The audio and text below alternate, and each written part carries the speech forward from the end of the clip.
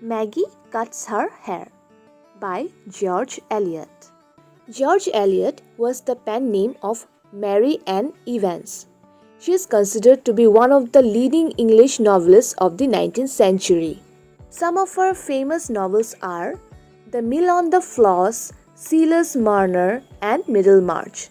Her stories have realistic themes and strong characters. This chapter is taken from the story The Mill on the Floss. This story is from a novel, The Mill on the Floss. Mr. Tulliver is a miller, and the family lives at the mill beside the river Floss. He has two children, Tom and Maggie. Maggie is often scolded because her hair is untidy. When the story, which is told here, begins, some of the children's uncles and aunts have just arrived to have dinner at the mill. An introduction of the characters is given in this paragraph. It tells us about Mr. Tulliver, who is a miller, his two children, Tom and Maggie, where Maggie is always rebuked because of her untidy hair. We are also let know that the children's uncles and aunts have gathered together to have dinner in their house. "Maggie," said Mrs. Tulliver, calling her to her side and whispering in her ear, "Go and tidy your hair. I told you not to come in without doing it first.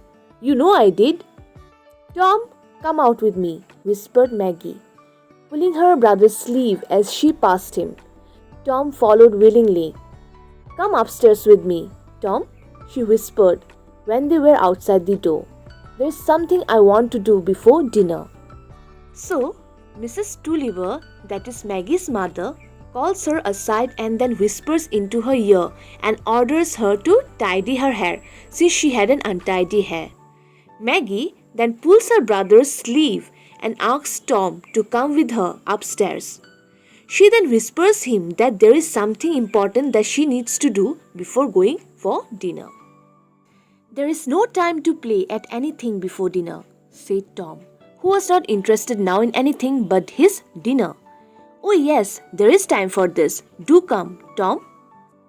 Here, we notice that Tom was not much interested in whatever Maggie wants to do. He was rather interested in having his dinner. He thought that Maggie was calling him as she wanted to play, but Tom wanted to avoid this. On the other hand, Maggie keeps on requesting Tom to go upstairs with her. Tom followed Maggie upstairs into her mother's room and saw her go at once to a drawer, from which she took out a large pair of scissors. "What are they for, Maggie?" said Tom. So, Tom finally agreed and went upstairs with Maggie into their mother's room. She then went to a drawer and took out a large pair of scissors. Tom was surprised and asked her what was she going to do with it. Maggie answered by seizing her front hair and cutting it straight across the middle of her forehead. "Oh, my buttons, Maggie, you will catch it," said Tom. "You had better not cut any more off." We noticed that Maggie held her front hair and answered Tom by cutting it straight across the middle of her forehead. Tom, by looking at what his sister had done, was shocked and advised her not to cut her hair anymore, as she will be punished or scolded for what she had done. Snip went the great scissors again. While Tom was speaking, he could not help feeling it was rather good fun. "Here, Tom, you might cut it behind for me," said Maggie, anxious to finish the deed. Maggie did not stop cutting her hair, and she also asked her brother to cut her hair behind her head, as she was eager to get free from her untidy hair. On the other hand, Tom was having a good fun watching his sister. "You will catch it, you know," said Tom, and hesitating a little, he took the scissors.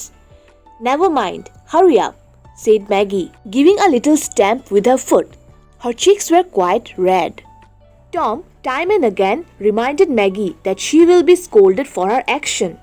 But when he saw that she was not going to stop, he took away the scissors and cut some of her hair. The black hair was so thick, nothing could be more pleasing to a lad who had already enjoyed the forbidden pleasure of cutting the horse's mane. There is a strange satisfaction in making a pair of scissors cut through a mass of hair. Full snip, and then another, and pieces of hair fell heavily on the floor. And Maggie stood, her hair cut short in an uneven manner, but with a sense of freedom, as if she had come out from a wood into the open plain. "Oh, Maggie," said Tom, jumping round her and laughing. "Oh, my buttons, look at yourself in the glass." In these 2 paragraphs, we learned that even Tom enjoyed cutting the thick hair of Maggie. He felt a strange satisfaction and went on cutting her hair. The result was that now Maggie had even shorter hair that was cut in an uneven manner.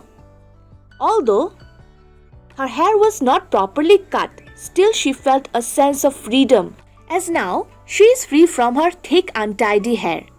But her haircut made Tom laugh as she looked very funny in her uneven haircut. Maggie felt an unexpected pain. She had thought beforehand chiefly of her own freedom from her annoying hair and the annoying remarks about it, and something also of the triumph she would have over her mother and her aunts by this very bold action. She did not want her hair to look pretty. That was out of the question. She only wanted people to think her a clever little girl and not to scold her. But now, when Tom began to laugh at her, it became quite a different affair. She looked in the glass, and still Tom laughed and clapped his hands.